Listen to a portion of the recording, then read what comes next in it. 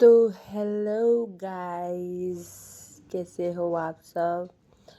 आज मैंने खाने में मेथी आलू बनाया है और इस मेथी आलू में मैंने डाला है टमाटर, मलाई, प्याज, अदरक, लहसुन। जैसे कि एक ग्रेवी वाली सब्ज़ी बनती है, ये ऐसी ही बनती है और ये बहुत टेस्टी होती है खाने में। आप इसको राइस के साथ भी खा सकते हैं, पर मुझे रोटी पसंद है इसके साथ।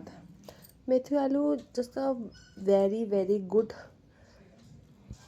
सब्ज़ी। एंड गोभी आलू, मेथी आलू, भिंडी, ये सब मेरी फेवरेट है, तो मैं ये सब चीज़ें खाती हूँ और ये बहुत टेस्टी होता है।